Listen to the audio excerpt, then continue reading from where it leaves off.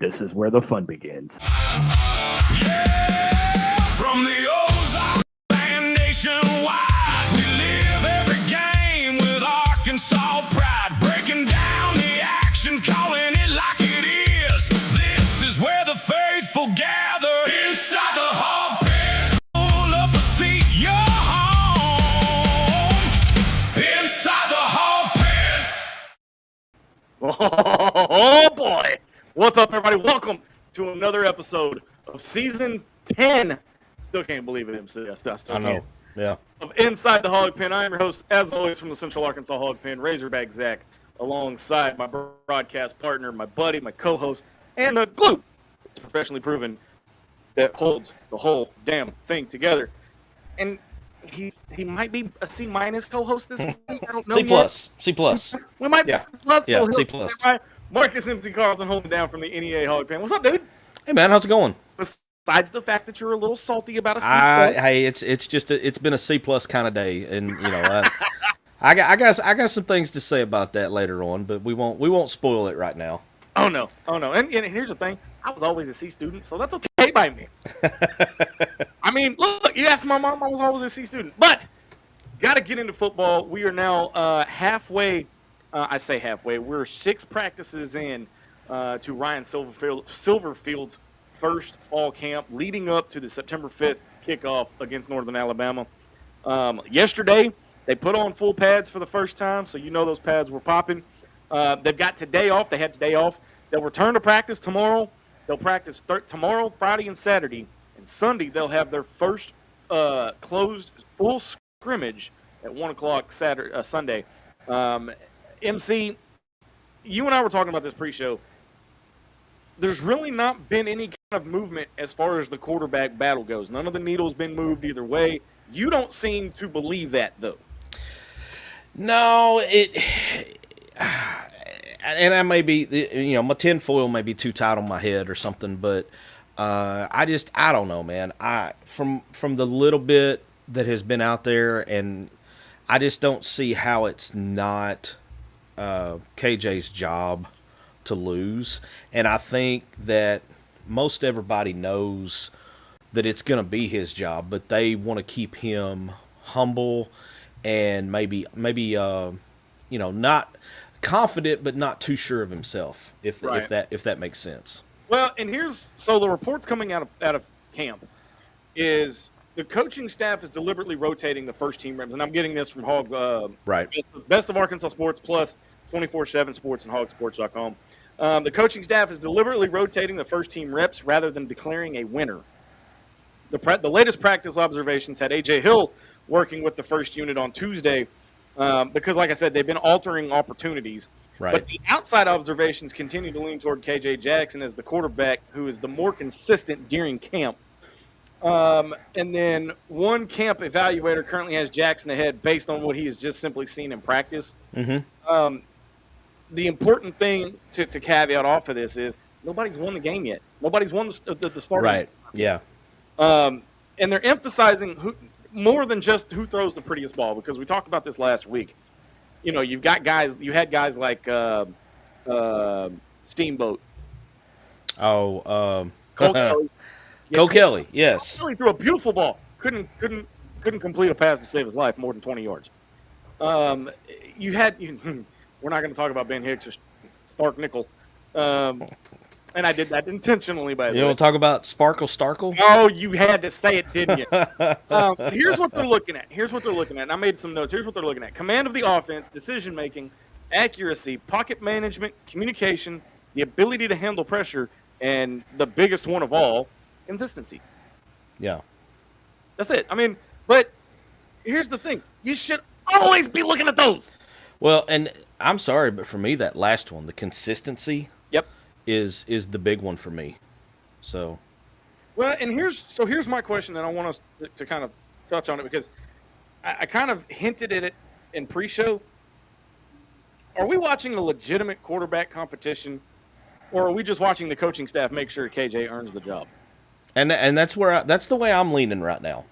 Like that's yeah. Here's the thing, and I don't remember which coach said it or what analyst said it or whatever, but if you if you have two quarterbacks, you don't have any quarterbacks. And Yeah, if you have two, you don't have one. That goes all the way back to Bear Bryant. that's okay. All right. I knew it was a legend. I just couldn't remember which one. Yeah. But the thing about it, though, is the one thing Razorback fans don't want to see is they don't want to see if or on the depth chart for game day Right. at any position. I'm sorry. I just if you're a head coach, you need to make that decision and you need to stick to your decision. Like Coach Boone said, and remember the Titans. It is your decision. You stick to your decision. Full pads, we finally get to see the real football, not just, exercises and scrimmages and everything else. Now, here's the interesting part. And like I said, I'm going off my notes here. The heat was brutal up there in Fayetteville. I don't know where it was. Oh, stop the presses. There we go. There's the answer to our question of if Facebook is working or not. Hold on. So What is up, Casey Sutton? She is ITHP royalty. She missed last week. What in the world? yeah, glad to see you in the house, Casey. Thank you. We were sitting here wondering if because we had some issues with Facebook last week, not bringing in the comments, and we were wondering if it was going to work this week. So thank you for being our little tester there to make sure that we do have Facebook tonight. And now we know. Now we know. And knowing's half the battle. Yeah, well, now wait a minute. Hold on. Hold your horses for a minute. All right. But the heat was brutal. Reports put the heat index around 102, 105, depending on where you were in practice, what point of the day practice was and everything. But the biggest thing wasn't the weather. You know what the biggest thing at practice that they saw? The physicality. It was the physicality of the football. Physicality? Okay. So this was one of the in-game scenarios. Not in-game, but end-of-game scenarios. Right. For the first team.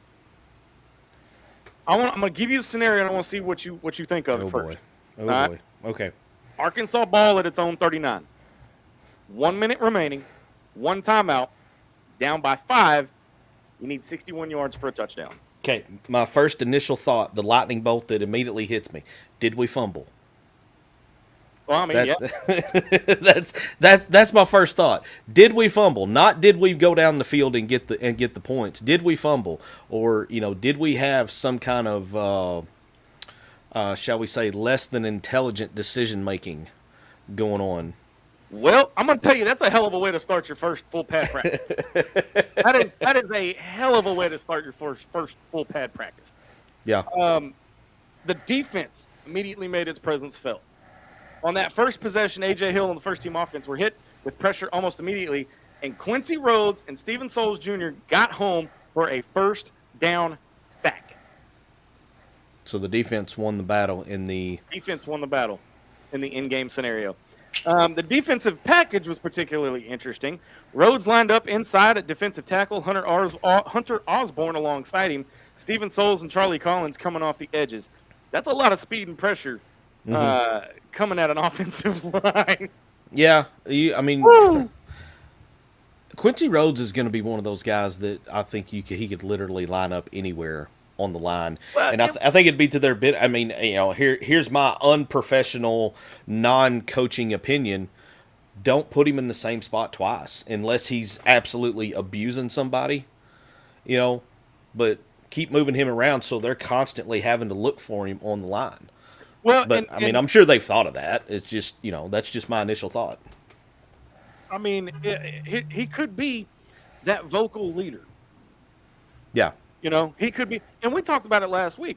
He could be that leader on the defense, but here's the other thing, and I like the way that you had said, line him up anywhere, because if he's that dynamic of a player, the offense is going to be watching where he's going to be lined up at, while at the same time, looking over here, trying to make sure, okay, if he's here, where else are we missing? Where's the gap?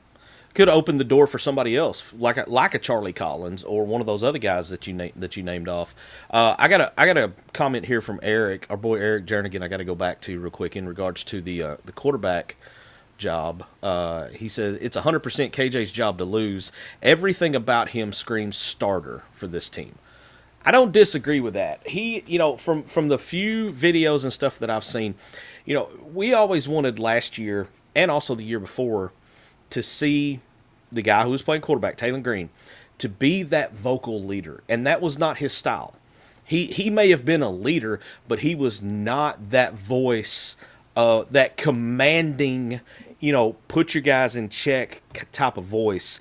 And I get the vibe from KJ Jackson that he's more of that style. Well, okay, but at the same time, you're comparing Taylor Green. My biggest issue with him, and I bitched about it all season long. All season long. You're running 15, 20 yards backwards to gain 5 yards? You think he grew up playing Tecmo Bowl? Because that was what you did on Tecmo Bowl. I'm dating myself here, but before you threw the touchdown pass, you ran 20 yards backwards. Wait a minute. All right. Before you diss Tecmo Bowl. Oh, I'm not dissing it. I'm just saying that, Check this out. All right. So my buddy, I call him my brother. He's an Army brother of mine. If we stood side by side, you'd swear up and down we were brothers. He come up from Texas a couple weeks ago, and he brought this little console with him. And it's a regular Nintendo, Super Nintendo, and a Sega Genesis. All in one? Yeah, I've seen those. 900 games each. Do you know what game is on that console? Tecmo, yeah. Tecmo. You know what phone? You know what game is on my phone right now? They don't call it Tecmo Bowl, but it's the same thing. Yeah, because it's the same thing. It's the same Retro Bowl or whatever it's called. Yeah, Retro Bowl. That's it. Because I play it too, and I'm in my 8th season as Arkansas's head coach, and we've won 5 now. That's beyond the point. But no, and I'm going to tell you this too. Offensive line coach Jeff Myers, our new offensive line coach, was pissed that they got that first down sack. They want to, and again, this is something to watch. Arkansas wants to be physical up front on both sides of the ball. You're playing, you're playing big boy ball here, MC. Well, yeah, I mean, and if you look back to the last, several Arkansas teams, I mean, you can go all the way back to Nutt. The ones that were very physical on both lines were the ones that had the most success. I mean, even Petrino's teams on the offensive line, he had some dudes up there on that offensive line. Bielema tried to do it, and it just. I was going to disagree. Most success, okay, but at the same time, 7-6 at the Texas Bowl. Well, yeah, I'm not necessarily. I'm just saying the ones that did have the success. But that was the year you had the biggest line of college football and couldn't do it, and couldn't do anything about it. We got another quarterback comment here. Jonathan Parker in the house. All right, I saw D-Mad. What's up, D-Mad? Yeah. A.J. Hill. Hill's throwing motion is still a little too long. Could be a bad thing if the line can't hold their blocks for very long. That's true, because I have seen a little bit of him, and he kind of has that. Remember how Tebow kind of had to wind up when he would throw the ball? It's not the Tebow wind up, but it's similar to that. That's what it made me think of. I don't know when I saw it. I don't know if we can handle that in this day and age of football. It's possible. Don't get me wrong, it's possible. Yeah, but at the same time, we're not going to have.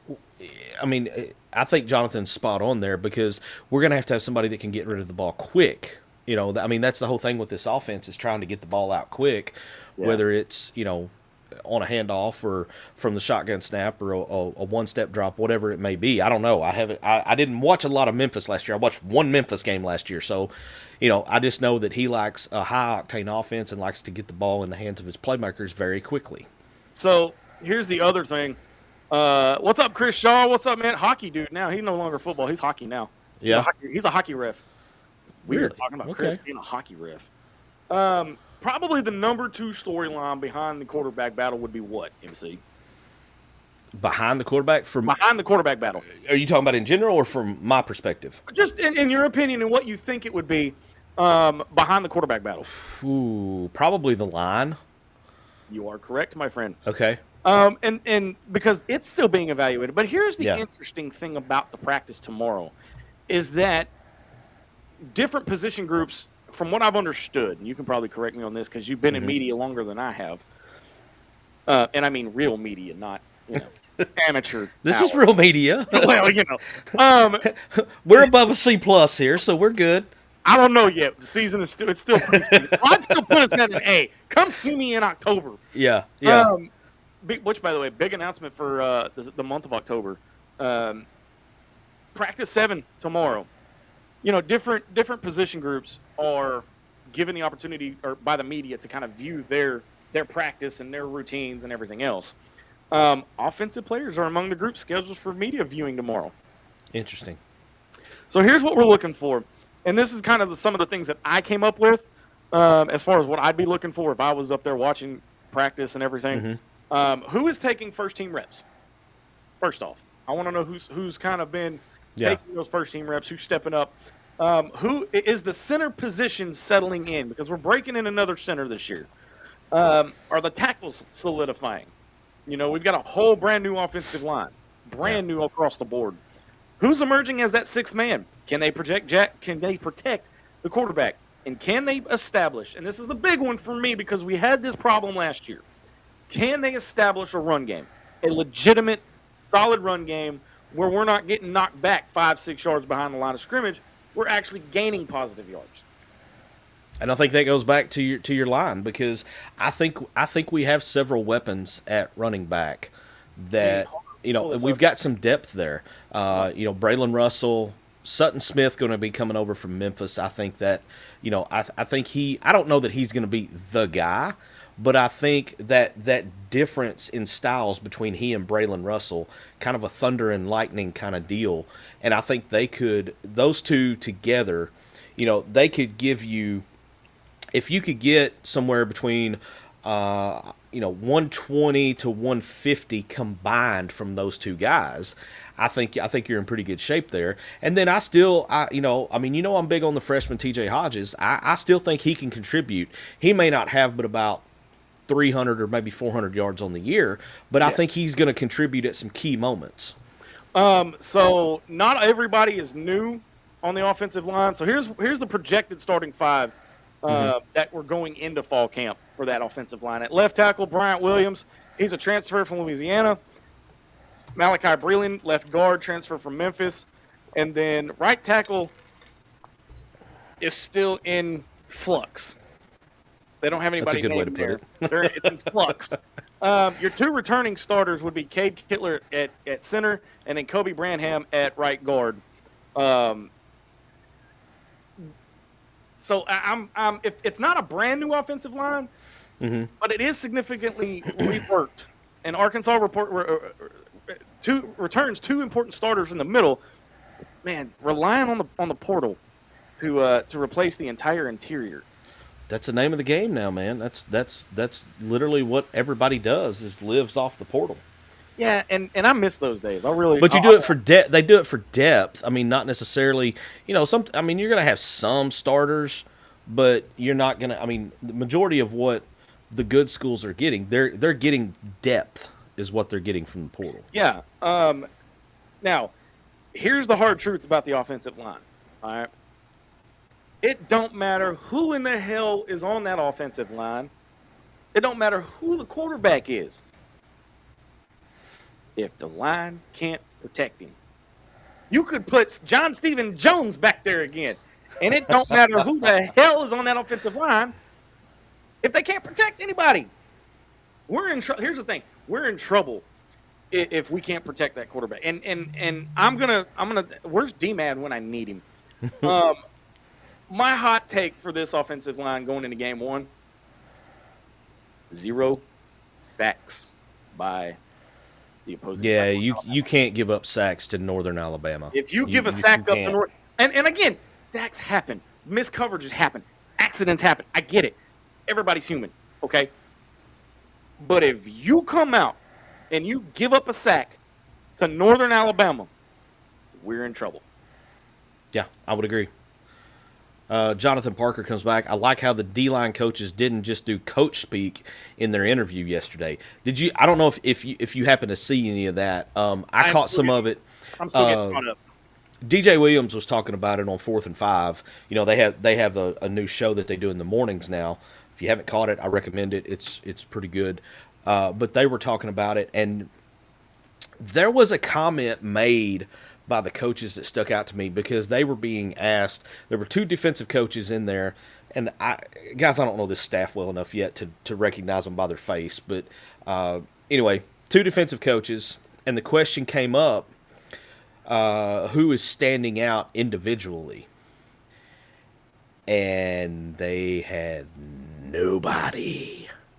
I like They did not mention any names, and it was, as the first guy to speak, he made a comment about how he's like, well, he's like there were a few guys that kind of come to mind that did some good things. He said, but I still feel like we need to get better. And then they asked the other coach the same question, and he was a little more blunt about it. He was just like, no, I didn't really see anybody that stuck out. I need to go back and look at the film again before. He said, but just off the top of my head, nobody stuck out. Okay, that is not a red flag for me. That is like a bat signal red siren that nobody's making a play at some point. And I get wanting to go back and look at the film and look at it, because you look at that in a different way than you do when you're standing there live. I get it. Totally get that.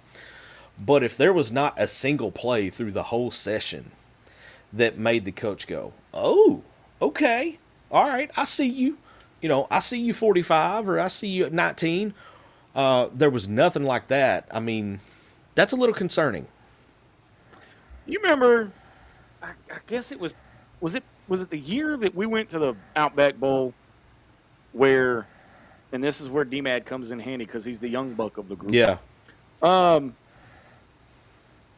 Where we dropped 3 and rushed 8, or dropped 8 and rushed 3, didn't we? Dropped 8 and rushed 3. Yeah. Dropped 8 and rushed 3. Was that year? Maybe. Here's the thing. Here's an interesting stat I just came across. If Arkansas can consistently generate pressure with 4, that defense is going to look very interesting this year. Yeah, especially if we can mix up schemes. Man, I just don't know. I mean, I don't know that you can get pressure with 4. What it's going to take. Right? It's going to take, because Quincy Rhodes is going to draw a double team. He's going to draw a double team, and that's why I want him. I mean, again, he is an lineman, but if you can do a trick play and line him up at linebacker, dude, do it. Just something to make the defense always be looking for him. I mean, that's what you got to do. Absolutely. But you've got to have some of these other guys, and I hate to say this because it's very much coach speak, but you got to have some of these other guys step up when you see that going into the game, Quincy Rhodes is going to pick up a double team.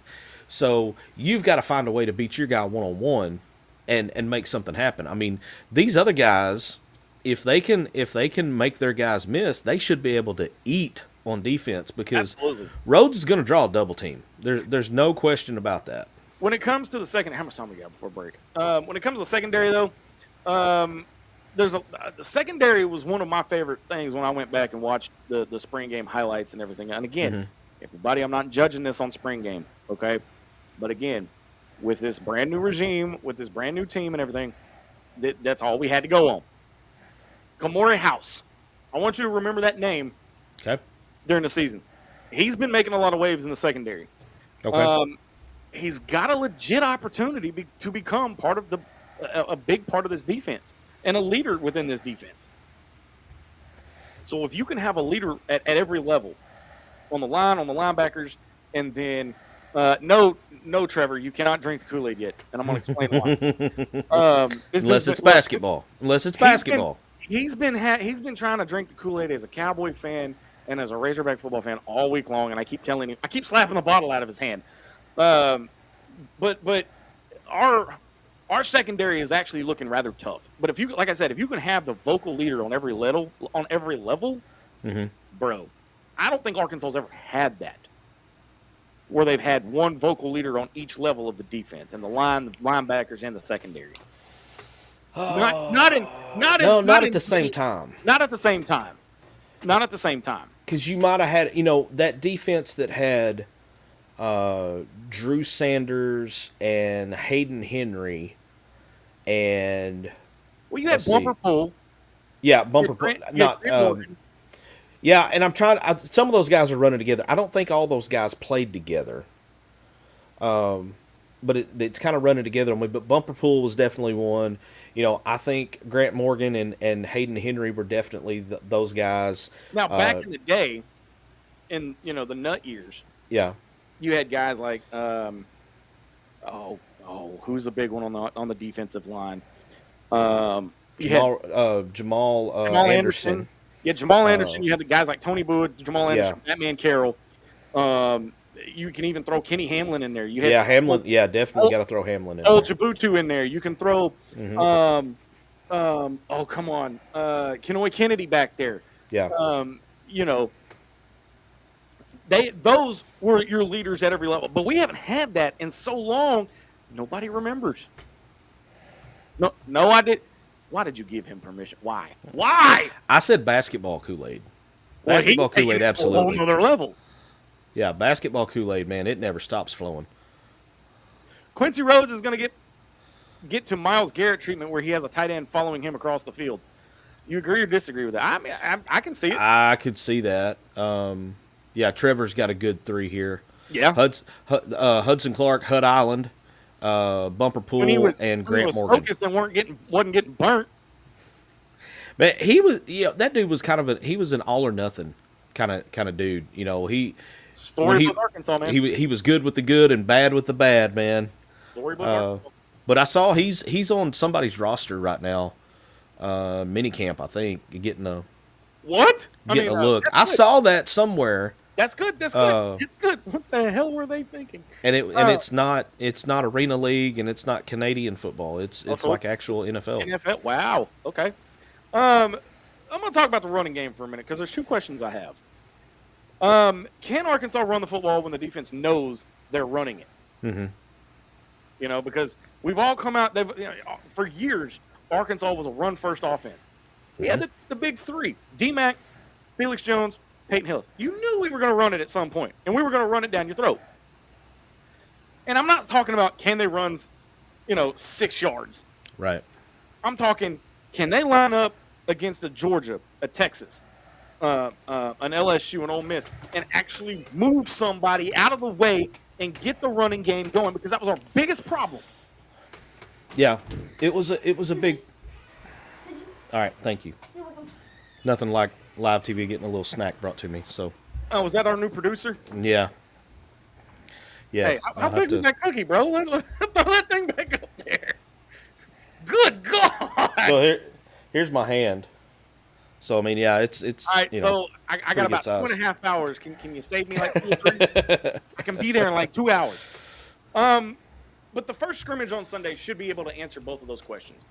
Matt Hart, dude, from our brother show over at Hog HQ, he says, "Hey fellas, Flowers, Straight, and whoever else." Yeah. That's another one. Trey Flowers, Martell Sprate, and there was another one on that one. Oh, who was the? There was another guy. Darius Philon. Yeah, Philon. That's what I was trying to think of. That ended up going pro and having a decent little career, made decent amount of money. I want to go back to touch something on that running game you were talking about. Trevor says, looks like we got the O-line for this year for a good run. What I was going to point out on the running game, we had a lot of times last year where we would get in a situation where it was 100% a running situation, and you've got to get 2 yards, and we couldn't get it. Nope. And you've got to be able to get that. Well, I mean, that could be a number of things. You'd have to take it play by play and break it down. Did all the offensive linemen hit their assignment? Did the running back hit the hole correctly? Was the handoff clean? I remember a couple times last year where we didn't have clean exchange between quarterback and running back, and that split second is the difference at the SEC level. You can't. Everything's got to be precise, and it's like Trevor says, just hold on to the ball. I mean, just hold on to the ball. And you and I talked about it in episode 1. Sound fundamental football, we'd have had an 8-4 season last year. Yeah, I mean, we've fundamental football, we've pointed it out with the numbers. I mean, that and we backed it up and everything. Yeah. The biggest question I've got, wrapping up before we go to break, and we'll talk more football and even a little basketball on the other side of the break. If you had to pick Arkansas' starting quarterback right now, who would you pick? Oh, Jackson. Jackson or Hill? Jackson. Okay. 100%. My next question is an overall team question. Okay. What do you need to see in the first scrimmage Sunday before you're willing to believe this team is actually different? And again, remember last week we talked about not looking at the scoreboard first and judging where this team is at. Right. Okay, because the wins are going to come when the culture changes. So I'll even throw it out there to the fans that are watching and listening right now, and y'all can comment in the live fan feedback. What do you need to see in the first scrimmage Sunday before you're willing to believe this team is actually different? Me, accountability. I want to see consistency. I want to see toughness. Okay? One of the things we touched on last week that we're going to be watching, body language. Mm-hmm. Okay? I want to see how they are in in-game scenarios. Are they taking this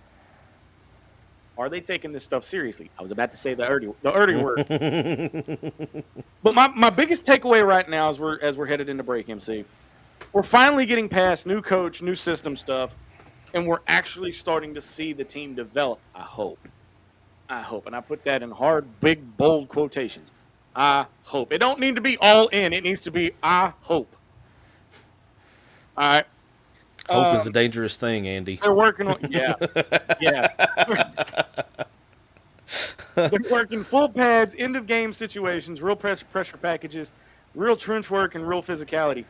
I've got 4 questions on the other side of the break that we're going to talk about before we get to basketball. So right now we're going to step away. I'm going to catch my breath. MC's going to tell me to shut the hell up. So I'm going to eat my cookie. He's going to eat his cookie. And we'll be back. You're listening to Inside the Hog Pen. Back right after this. Attention Razorback fans and local businesses. Are you ready to reach the most passionate Arkansas sports fans out there? Introducing Inside the Hog Pen, not your normal Razorback talk show. We're fans first and don't try to hide it. No agendas, no propaganda. At Inside the Hog Pen, we call it like we see it. And now we're looking for sponsors to join the team. This is your chance to put your brand in front of thousands of loyal Razorback fans who live and breathe Arkansas sports. From small businesses to major brands, we have sponsorship packages tailored just for you. So let's grow together and make Inside the Hog Pen bigger and better. Don't miss out. Call 501-416-4331 or email us today at insidethehogpen@gmail.com and become a proud sponsor of Inside the Hog Pen. All right, welcome back to Inside the Hog Pen. MC's got a mouthful over there. Almost got it eaten. Almost. I'm telling you, you got to run that big break when you got something. Yeah, no doubt. I should have run the extended one. Yeah. We're saving that one for football season because it's preseason. Yeah. You can only do so much. Okay, so before the break, I talked about 4 questions that I had. That all of this boils down to in the first 6 practices, and it boils down to who is QB1. Okay, look, I'm gonna be honest with you. I don't give a damn who it is, as long as they can move the football. Yeah. If you get out there against Northern Alabama and you can't move the football within the first 3 series, and I'm not talking, oh, it's 3rd and 5, oh, it's 4th and 2. No, I'm talking, march your ass down the field into the end zone and make it look easy. Let me ask you this. Let's say we come out, we win the coin toss, we take the ball first. Okay. Versus Northern Alabama. I don't like that. I don't like that. I don't like where I'm going because I could see this happening. What's the mindset going to be if we go 3 and out on that first offensive series? Okay. Because we're like I pointed out last week, man. We all got the PTSD. We are all extremely damaged. This coaching staff doesn't, I said it last week, Silverfield doesn't understand the PTSD that is involved with this fan base. And that's why he keeps saying about this, don't look at the past, don't look behind you, because it doesn't have any bearing on what we're going to do going forward. Get that, love it, agree with it. But, man, the PTSD is strong. Well, okay, so here's the thing. Hashtag. Here's my thing, all right? First off, I'm going to be there September the 5th. Ooh, you're going to roast. Big thanks to Harris Made Chef Services for making that happen. Oh, but, speaking of. There he is. What's up, James? There's our boy right there. Here's my thing. I'm going to be one pissed off Hog fan. However, if they somehow go 3 and out on the first drive, I'm okay with that. And here, let me explain why. Okay. All right. Select their cards. First game, first live drive that they're not hitting each other, they're going to get their feet wet under them. Okay? You got to give them the pass the first drive. Okay? If they start moving the ball, put that up there. You need to stop me in my time. No, I'm not. I'm not going to do that. You have my word. I'm not going to do that. although it does sound like something I've done in the past, but we're not going to go there. Realistically speaking, though, you give them that first drive to kind of get settled in, to kind of get their rhythm. But if you're halfway through the first quarter and you're still struggling to move the ball, I wouldn't say hover over the panic button just yet, but you've got to make sure that they're making the in-game adjustments and at least playing sound fundamental football. Look, should I say inferior competition? Because we don't know exactly where this team is going to be. It's supposed to be inferior competition. But at the same time, you have – I mean, I would not completely panic on the first drive if by some weird happenstance they go 3 and out. I wouldn't say that I'm going to panic, but you're definitely going to see me doing my best impression of that Ben Affleck meme where he's standing outside burning the heater like. Oh no, it'd be one of those. If they pan the crowd, you're going to see me doing this. Yeah, Surrender Cobra will have a lot of appearances early if we go 3 and out. I promise you, the season won't be over. Now, the flip side of that. I was just going to get to it. Go ahead. Come out that first drive, and let's say 3 plays, 75 yards, 7 points on the board. Let's not schedule the parade just yet. You know, we got to find, because I'm the same way. Okay, when I say Hog fans, I'm including myself in this. Okay, we as a collective group, we are all or nothing. There is no middle ground. It's either we are winning the $1 billion Powerball or we are in absolute hell. One or the other. There is no in between. I didn't buy a ticket for that Powerball. All right, lay off. I didn't either. Because believe me, I wouldn't tell anybody. I'd take the anonymity clause or whatever for however long the maximum thing was. But there would definitely be signs of me winning that lottery. I'm just crazy. I've been on vacation all week, so I'm a little chilled. So question number 2, regardless who quarterback 1 is, can the offensive line protect him? Because here's the thing: if everybody remembers KJ Jefferson's last year, the offensive line didn't respect him. Not at all. Oh, but he broke all these records. I don't give a damn. Nobody's going to remember that until they look at the record book. Exactly. Nobody's going to care what his records were. That's what he said, because they're going to look at their season record and they're going to go, well, he only went 4 and 8. Yeah. But the bottom line is you've got to earn the respect of your offensive line. That is primary number 1, is you have to earn the respect of your offensive line. No question. I have not seen that, and that dude needs to put his foot in his mouth. Whoa. Time out. Not Dylan, the coach. Yeah, I know. But that was AI generated. Oh, was it? Okay. That coach did not say those comments. It was AI generated. It was a damn good AI. Did he come out and refute it? No, but it was or was there, your media eye that there was some telltale signs that it was not on the up and up. Okay. Fair enough. It's, it was funny. I mean, I thought it was funny, and it was, what's really bad is he didn't really say anything that made me mad. I was just kind of like, See, that's the thing. Everybody keeps trying to talk crap about Arkansas, and we're like, we're going to agree with you because that's what we are. Yeah. We can't even back it up. I mean, that's like us Cowboy fans. Well, number 3, can this defense create pressure and turnovers? And number 4, can Arkansas run the football when everybody knows it's coming? Yeah, and that's the one we talked about, the situation where it's 3rd and 2, and you're on one of those momentum-swinging drives early in the 4th quarter. Can you get the yardage you need? So I'm going to ask the question, and I'm pretty sure D-Mad's going to drive up to my house and just kick me in my foot. And I mean this almost as a joke.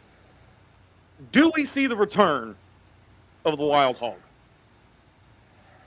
I don't think so, man. I don't. Look, did he really just ask that? Yeah, no, I didn't. But again, and that's again when you've got a team that doesn't know their own identity, when you have Yeah. a fan base that doesn't know the team's identity, you're going to start grasping at straws before that first game and go, okay, what are we going to look at here? Are we looking at an I formation? Are we looking at a wishbone? Are we looking at, off tackle? Or a pitch? What are we looking at? Goal line status, a goal line situation. I mean, wouldn't hate it in a goal line situation, but outside of that, I don't think it'll happen.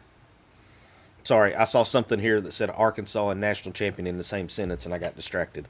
So, Where in the hell did you see that at? well, it was talking basketball. So, there you Yeah, go. okay. All right. So do you want to take one more break? And Yeah, then we can take another one. Kind of close out football. What's your final thought on what are we in? This is what day ever this was of This was fall camp? Scroll back on up here. 4, 5, 6, something. This is practice 6. 6, 7. Of 25 practices. Okay. So the rest of this week is your full pads on the 11th, which was yesterday. You're off today, and then 8, 9, and 10 are Thursday, Friday, Saturday. Or practice 7, 8, and 9 are Thursday, Friday, Saturday. And then Sunday is your first scrimmage.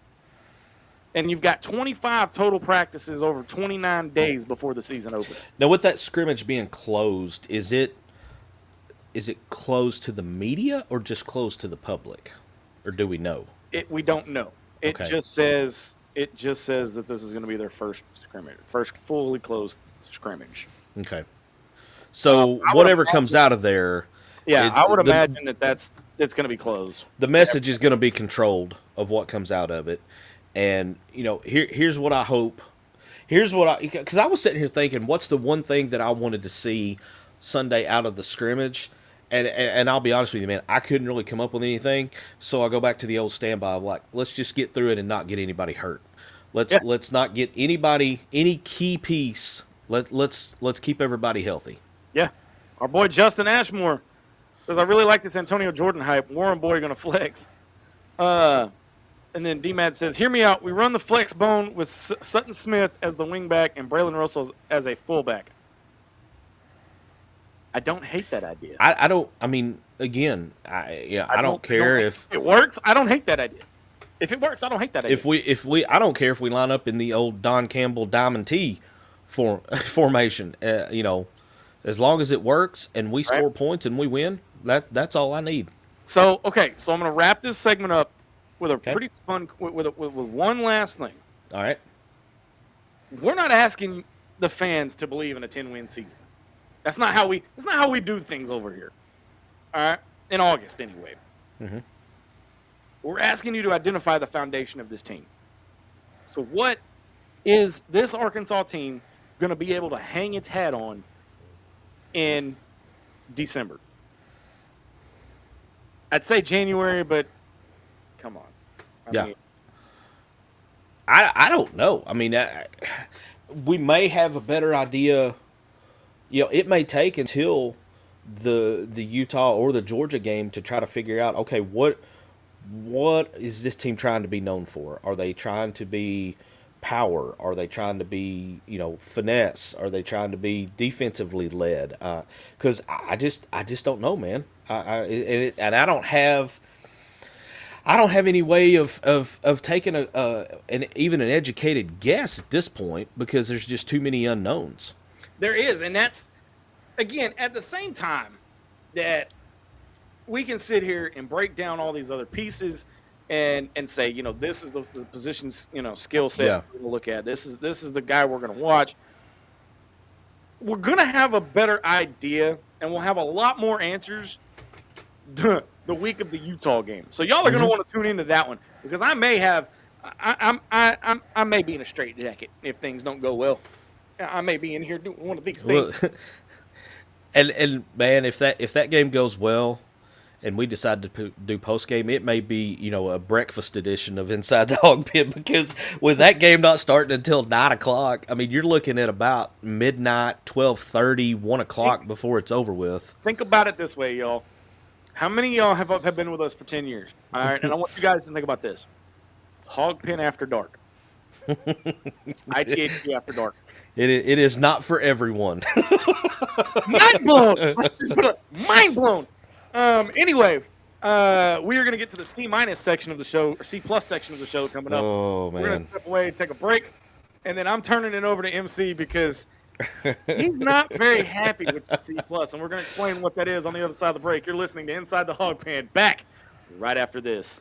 Attention Razorback fans and local businesses. Are you ready to reach the most passionate Arkansas sports fans out there? Introducing Inside the Hog Pen, not your normal Razorback talk show. We're fans first and don't try to hide it. No agendas, no propaganda. At Inside the Hog Pen, we call it like we see it. And now we're looking for sponsors to join the team. This is your chance to put your brand in front of thousands of loyal Razorback fans who live and breathe Arkansas sports. From small businesses to major brands, we have sponsorship packages tailored just for you. So let's grow together and make Inside the Hog Pen bigger and better. Don't miss out. Call 501-416-4331 or email us today at insidethehogpen@gmail.com and become a proud sponsor of Inside the Hog Pen. There we go.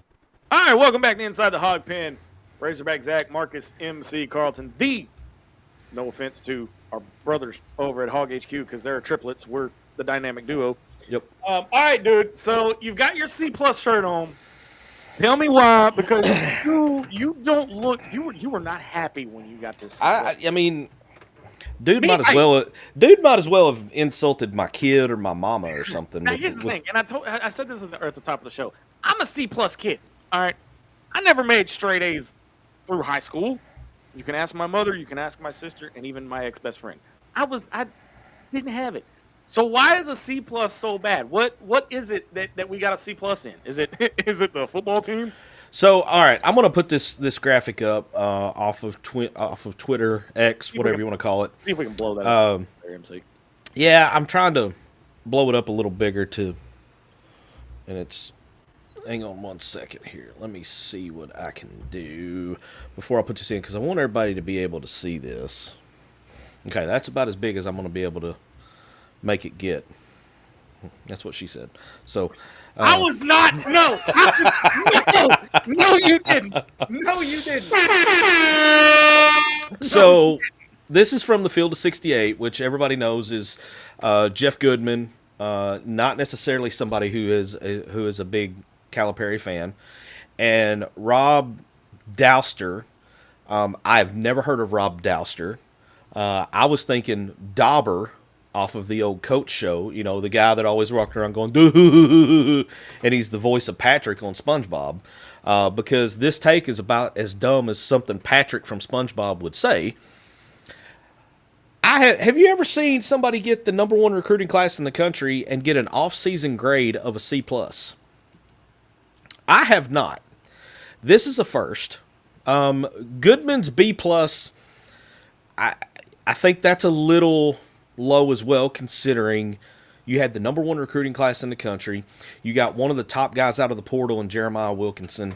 And then you've also got Micah Murin coming in as well. I would like to, and I haven't watched the video on it to see if you know, Sir Robert tries to justify his stance of the C+, but you know, I think this is just simply those guys. They're doing one of two things. They're either trolling, you know, trying to, because they know how crazy Arkansas Twitter is, and they know how we will respond, right? Or they are just really that biased against Cal. And I mean, I think it could be either one. But I have never seen anybody sign the 5 stars that we signed, get the #1 recruiting class in the country, and then get a rating, an off-season grade of a C+. So, you know, so the one player. Okay, so you mentioned the one player that didn't get to play down in the Bahamas. Is there any more update on him? I have not seen anything else on it. It is you know, the last thing I saw was that it was like an international passport type issue. Yeah, Trevor, that's you know, that was just I couldn't pass that up, man. Couldn't pass it up. So. Save it for the Utah game.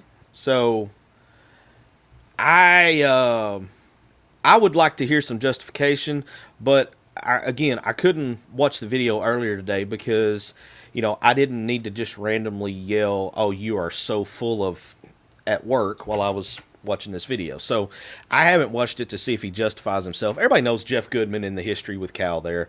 Not surprised that Goodman would give the B+. Wait a minute though, because I kind of want to just play devil's advocate for just a second. Yeah. We know Goodman doesn't like Cal. All right? Right. Not a lot of people like Cal in the media, apparently. Mm-hmm. But, and again, I'm devil's advocate. Nobody come after me. When you think he's taking into account, maybe, and he may be trolling, but do you think he's taking into account the fact that we can't get over the hump of the Sweet 16? It's only been 2 years. And well, yeah, and this is year 3. But at the same time, and another question I would have is, old man brain hit you there? yeah, I had it. Literally, I got it written down. I'm sitting here reading it. And I'm like, I forgot how to read for a minute. Do you think he's taking into account the age? Because the average age of this team is like 18 years, 7 months. I would imagine that's probably part of it. Yes. Because in this generation, and everybody knows Cal's one and dones. Yeah. In this generation of play now, where you can go, and this is where D-Man came into play last season when we'd have these things. Mm-hmm. But do you think he's taking a lot of things into account, MC, because you're the basketball guy? Right. Is he taking the youth into account and the fact that, once again, the same argument we have with the football team, that we don't know what this team is capable of? I mean, we do, because look what they did down in Bahamas. Well, we do have at least some kind of working knowledge on this team. We don't have that on football, but we do. And granted, now they were playing some teams that probably went in and had beer and cigarettes at halftime because it's like the old man beer league team. So I'm not saying this was. What the hell was in that damn cookie? Y'all see that after he ate that cookie, the jokes came out, didn't it? I mean, but even with this team being so young, I mean, you look last year. We were young last year. Acuff, was SEC Player of the Year, all everything. The biggest question I have is, can he get? And 18 years, 7 months, big whoop. Mm-hmm. But my biggest question going into the season, and what exhibition start? Early November, late October. It'll be mid-October, I think, and we've got some exhibition game news as well that a couple games have been finalized. Make sure my old man brain didn't hit. Can Calipari get this team mature enough to take on SEC level talent? I think so. Oh yeah. Okay. I mean, if he can get. You think about some of these guys that Cal has coached in the past, even when he was at his previous stop up there in Blue Ball land. You think about some of the egos that he had to work with these players, and he was able to get them to all buy in for the one team, whatever, however you want to put that together. He did it last year too with Acuff and Malik Thomas and Billy even, and some of these other guys, got them all to have the one mission in head. I mean, I don't think you're going to have any trouble getting these guys to play together for SEC ball. The youth thing might be a factor. It might not. I mean, the one thing that came to my mind that he might be taking into consideration here, and again, I haven't watched his video because I honestly just don't want to give him the click. That's what he wants. He wants the clicks, and I'm not going to give it to him. The one piece that I wanted to see added,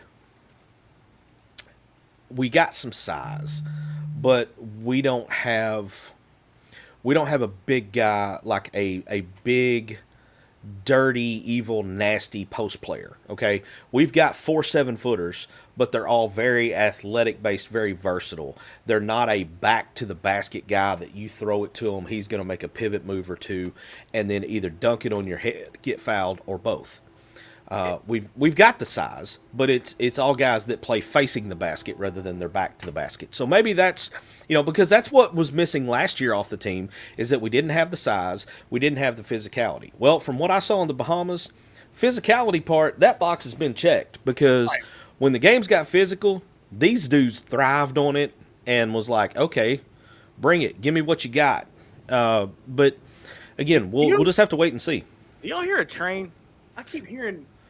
Is that on your end or mine? That's on my end. So I live. I keep looking around going, what I is live that? a half a mile from train tracks, and Okay, I thought I was losing my mind for him. I was like, okay, no, that's me. I mean, I'm over here going, just I'm hearing noises and I don't know where they're coming from. speaks to how good my microphone is. So, Right? Yeah. but okay. yeah, this whole thing with Rob have- Doster, I have it's 6 he's questions. got to be trolling, man. He's got to be. He's got. Even Trevor said, or where did it go? Dylan says he's grading on a curve. He has to make up for Kentucky's F-. Yeah, there was a comment here that I wanted to go back to. Let me find it real quick here. JP's down in the comments going, "You good, Zach? You hearing voices, dude? I'm hearing." Look, Okay. I thought there was. Look, I ghosts live in my house, dude. I'm not even kidding you. Trevor Kaiser, he asked me, MC, what is your opinion on us not being able to schedule any non-conference basketball games? I assume he means in Bud Walton, and we have 2 and just straight into SEC play. I don't like the fact that we can't get anybody to come to Bud Walton, but you can't force them. I mean, Are they scared? You think they're scared? well, I think it's maybe they don't want to agree to the term. Cal probably wants a home and home. And I don't know that these guys want a home and home. They, some of these teams that they call in, they probably want like a 2-for-1 or something. Right. And I'm with Cal on this, man. I would rather go play a neutral site game than to give somebody like Michigan State or Gonzaga or come down here and kick our whoever. asses. I mean, no, you're not going to get a 2-for-1 from us. We're not at that level where we have to give you a 2-for-1. No. Would I like to see some of these games in Bud Walton? 100%, absolutely, because they're not coming into Bud Walton and leaving with a W. It's not going to happen. But if we can't get it, the neutral site games don't bother me as much as they do everybody else, because when it comes to your Ken Palm and all that, the neutral site games, if you happen to lose those, it doesn't hurt you as bad as it does losing at home. I will argue with you that if we have the same officiating crew that we had during the Kentucky game last year at Bud Walton, I will lose my ever-loving mind. Yeah, but we didn't help ourselves out any in that game either. No, we but neither did we did they. not. No, Neither but they didn't do anybody any favors, because I thought Calipari was going to come out there and try to fight. well, with them. and if I remember, the officiating in that game was just poor all the way around. It was crap all the way around. What killed us was there was about a 3.5-minute stretch there in the second half where it was so ironic, because that game last year, Kentucky did to us what we did when Cal went back to Rupp for the first time. The situations were so similar. We were the higher ranked team with them coming in. They were struggling, needing some kind of win to kind of turn their season around. They got it. That's exactly where Arkansas was the year before. If you remember, Yeah. That was where the you're whole right. thing of they put us in the coffin, but they forgot the nails. That's where that started, was with that Kentucky game. And I mean, I just think, this is going to become, as long as Cal is here, this is going to become one of those games that you really can't predict, because when it appears like one team is superior to the other, that's when it's going to get flipped on its head, and it's going to be way closer than it should be, because somebody is, I have some family members that would say they're going to play out of their ass. Yeah. And it's just going to happen. But here's the other thing too, and that game kind of goes along with our tagline. This is where the fun begins. Yeah, it definitely is. So I have 6 questions for you coming out of the Bahamas. Oh, okay, That 6. I want you. All right. I did. I actually did my homework. Wow. I actually did my homework. And it's first I'm hearing of this too, so this is going to be blunt and straight off the top of my head. Yes. Now, question 1: are you buying what we saw in the Bahamas? Are you just pumping the brakes because it's the summer league competition? I am. Let me see. Ooh. I love being able to do this. Man. This is so much. That's fun a fun question right there, because to me, it justifies the hype around some of these guys. Okay. Like Jordan Smith Jr. You know, all I had seen of him was some of the high school all-star games that he played in. Well, we all know the all-star games. Okay, and nobody takes those seriously. I wanted to see him out there, even if it is against a little bit inferior competition. What is he like when the lights go on? You know, is he a beast? And that dude's a psycho, and I'm here for every bit of it. All right. Now, by the way, for those that are watching my facial expressions, my phone is lighting up because of what happened a few minutes ago when I was hearing stuff. There are people that are sending me all kinds of gifts and everything going, dude, this is what you look like on camera. And it looks like some of Steve Buscemi's characters that he's played over the years. Question number 2 for you, and this is kind of an opinionated question for you, just so I can see where your head's at. All right. Who do you think is going to lead Arkansas in scoring this year? I mean, everybody knew going into last year would be A-Cup, followed closely by, Malik Thomas. Thomas. You knew who was going to be your scorers going in, at least going into conference play. But as of right now, as it sits, who do you think would be the Arkansas's leading scorer? Well, there's a lot of minutes to go around here, or there's a lot of guys that are capable of leading this team in scoring. I kind of think I think you're going to see several different guys over the course of the year, but the most consistent one I think you're going to see is probably Jeremiah Wilkinson, the transfer from Georgia. I'm writing this down. Now, I think Jordan Smith. I think you'll have several games where it's Jordan Smith Jr. or possibly J.J. Andrews or Micah, bearing that he gets eligible, which I think is going to happen. I'm not concerned about it, but I think Jeremiah Wilkinson is probably going to be the most consistent scoring guy. So every year, quick question number 3. Every year, you kind of pick out the guy. Yeah. You made a comment. I want to say it was last week or week before. One of those, because we've only had 3 shows, where this was the most physical you have and closest that you've seen the 90 minutes of hell. Yeah, 40 minutes. 40 minutes of hell from the 90s than this team. But I want to ask you, is Billy Richmond, and I'm going to go ahead and give you my, is Billy Richmond prepared and ready to be the guy? I don't know that he's going to be the guy in terms of being like the leading scorer. I think he is going to be the guy as far as maybe being that vocal team leader that kind of sets the tone.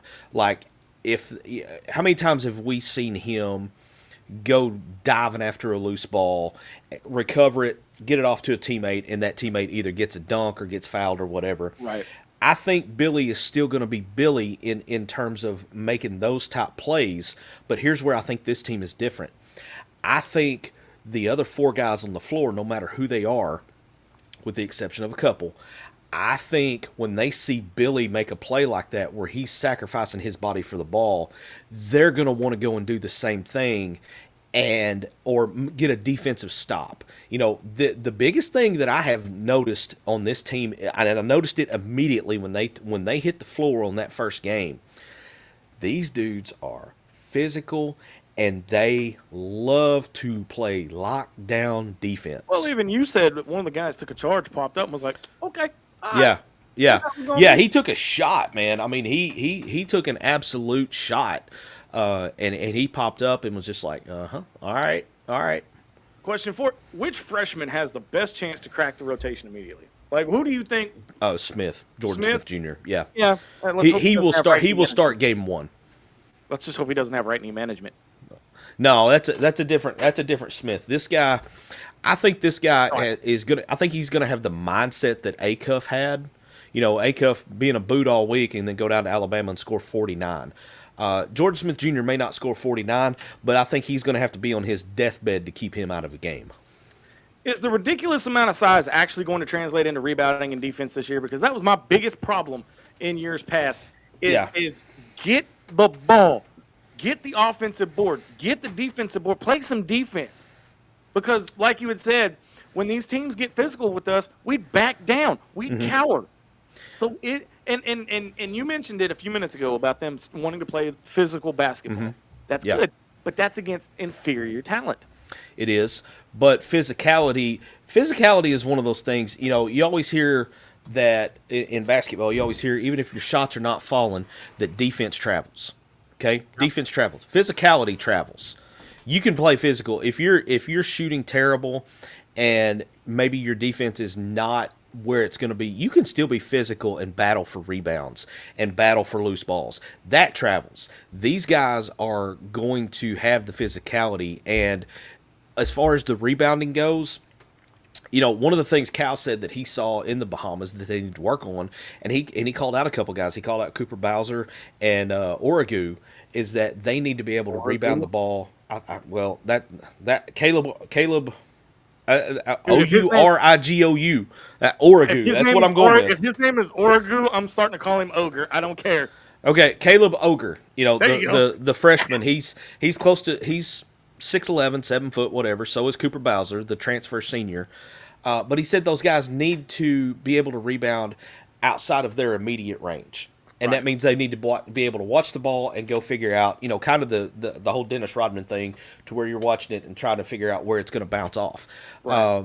Rebounding will be better. I really think everybody's going to be surprised if you didn't watch these games. But when we get to the exhibition games and you see the physicality that these guys play with, my only concern is that we may be too physical and fouls may mount up. But the difference between last year and this year is that as long as Micah gets eligible, I feel like we are legit an 11, maybe 12 man deep.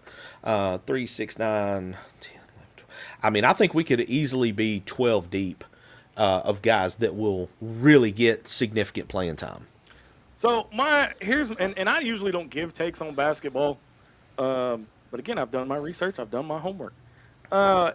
MC, disagree with me if you want to, agree with me if you want to. Don't judge this basketball team based on what happened in the Bahamas. Judge it by what you saw underneath the results. Well, and you look beyond the score. You know, I was not looking at, you know, because I kind of figured going in, like, okay, these games are going to be, you know, these are going to be blowouts. They're going to be, you know, there's a significant difference in talent. What I wanted to see was, no matter how talented you are, it doesn't take any talent to play hard. It doesn't take talent necessarily to rebound and play defense. That's hustle and effort and having your mind right.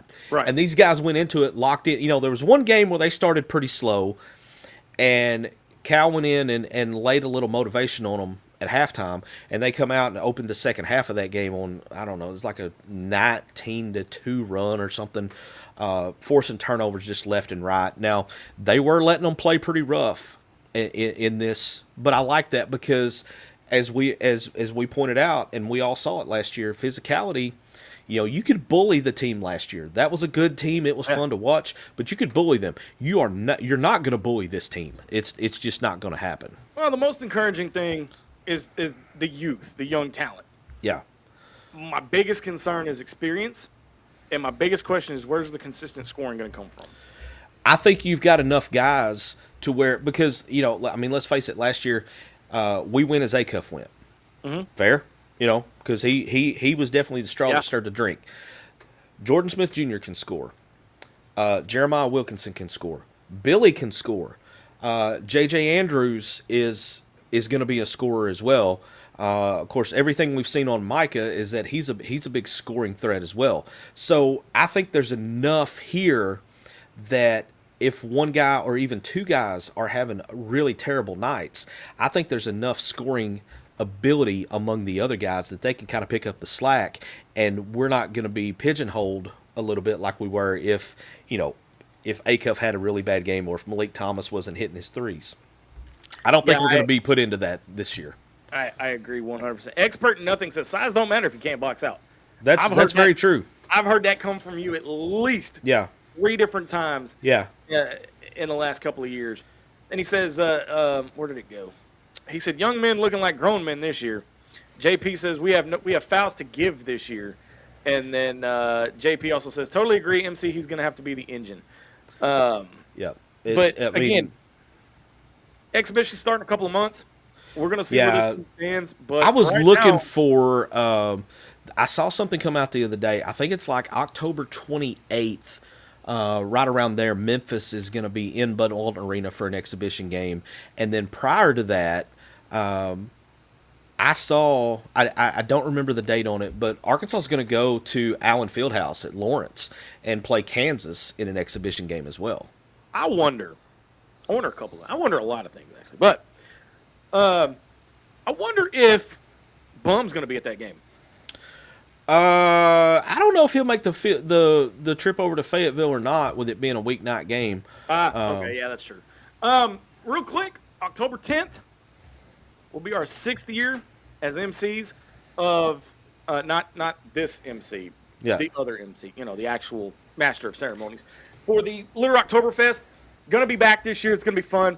I'm excited, and I'm hoping and praying this guy will be able to meet me there for the first time. And I would like to, man. I think it'd be fun. I think it'd be a lot of fun. I'll have more details as we get closer. But final thoughts as we get out of here. MC, we'll start with you, buddy. We're a week closer. I will say this. I'll use this as my final thought. There's a lot of unknowns about Coach Silverfield and this staff and this team coming into this year. I've been working with quite a few high school teams lately, doing high school media days and a few things like that. Right. And I got a chance to ask a couple of these high school coaches, some of these guys that have been around the game a long time and had players recruited. I just asked them, hey, give me your thoughts on Silverfield and what you think is going to happen at Arkansas with him. One guy that I highly respect, been in the game, he's a career coach. He's probably been a coach he's got to be closing in on 20 years now. Different stops around the area. This is a sitting head coach in Northeast Arkansas. And I just asked him, and he said, I love the guy. He recruited some of my kids when he was at Memphis, and he's as solid as they come. He's not a guy that's a car salesman or the type that just goes to win the interview. He said he's just a consistent, fair football guy. So, to me, that tells me a lot, because these high school coaches, they see these guys come in and recruit. And a lot of times I'm sure it is like a big sales pitch, and they're trying to, be the car salesman, as he said. Right. But he hit that a couple different times, and he said, he's solid, he's legit. What you see is what you get with him. And he wasn't the only one to tell me that, but that was the one that I had in text. The others were some in-person conversations, but that's the one I had in text. So, again, I go back. Let's wipe out the PTSD as much as we can. Let's not compare this guy to Chad Morris or whoever else. Almost got me on that one. But you're right. You're right. Let's bulk erase the brain. Get the little pen device from Men in Black. Put it out here. Wipe the brain. Let's give him a fresh shot. You ever seen the movie? Justin Long, Accepted. I have not seen that one. What is wrong with you?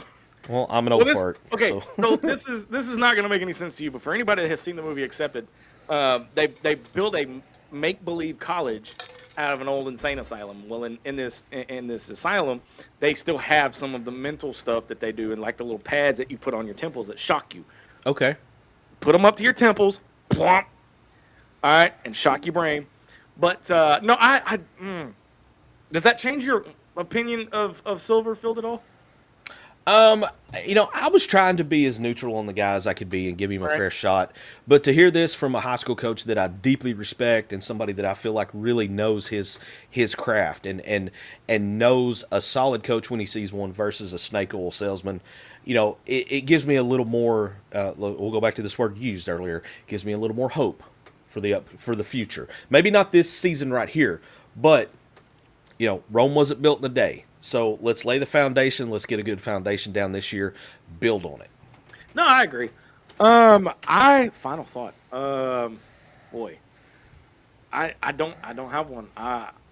Look, football's right around the corner. I like what I've seen so far. I've still got a lot of questions. But like I said, new regime. I will say, if you guys don't mind saying a little positive thought, a little prayer from my daughter. She lost her grandfather earlier this week, and so she's gonna be she taking it a little hard, but she making it through. She started her junior year, MC. I have a junior in high school now. Oh, my goodness. Wow. She's as smart as a whip, though. I'm telling you. But outside of that, I hope everybody has a great rest of the week. We're going to be back here next Wednesday, 8 p.m., for another edition of Inside the Hog Pen. For Marcus MC Carlton holding it down in the NEA, I'm Razorback Zach here from the Central Arkansas Hog Pen. You have been listening to an all-new episode of Inside the Hog Pen. Until next time, so long, everybody.